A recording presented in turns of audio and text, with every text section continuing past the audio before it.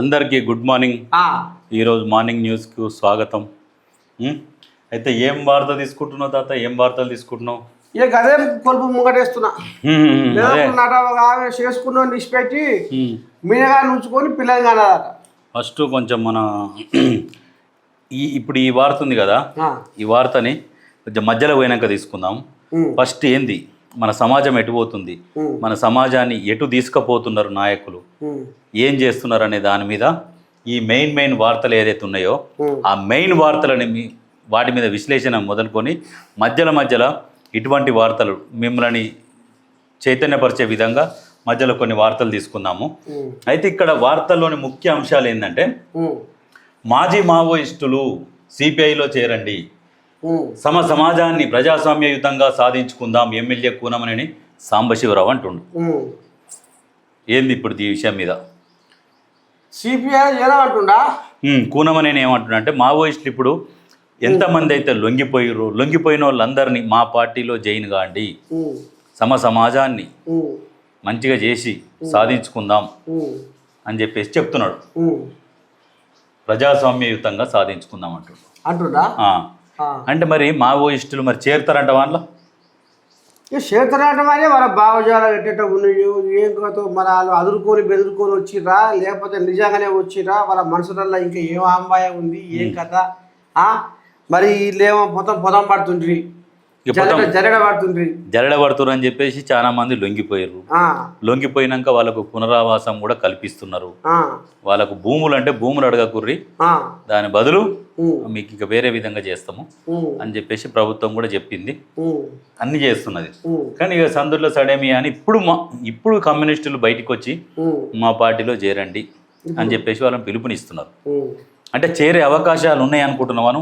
ఇక నేనెట్ట అనుకుంటా తాత, వాళ్ళ అంటే మన ఊహలు అంటే మనం అంటే అనాలిసిస్ చేస్తే ఎట్లా ఉన్నదంటే, ఎర్ర జెండాకు అప్పట్లో ఉన్న మావోయిస్టులకు కానీ కొంచెం సత్సంబంధాలు ఉన్నాయి అనేది వార్తలు వస్తుండే.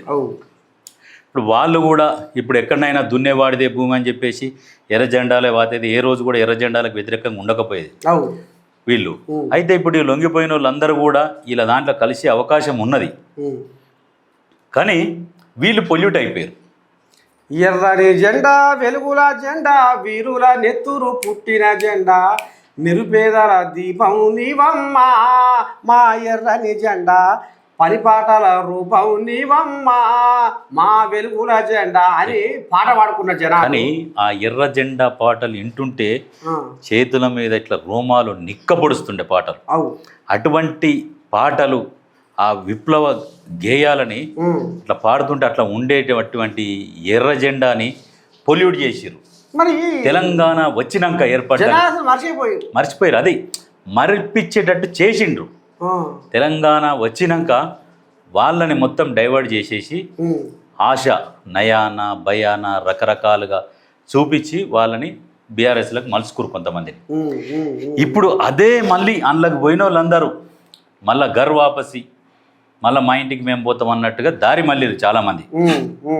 దాంతోపాటే ఇప్పుడు మావోయిస్టులను కూడా ఆహ్వానిస్తే చేర్చుకుంటే పార్టీ బలంగా తయారవుతుంది పార్టీ అనే ఆలోచనతోని కూనమనేని ప్రయత్నం చేస్తుండు బానే.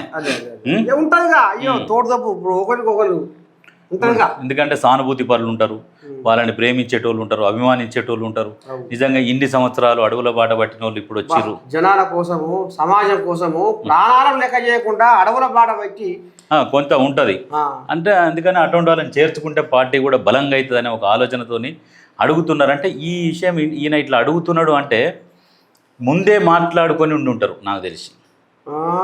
ముందే మాట ముచ్చట అన్నీ అయిపోయి ఉంటాయి.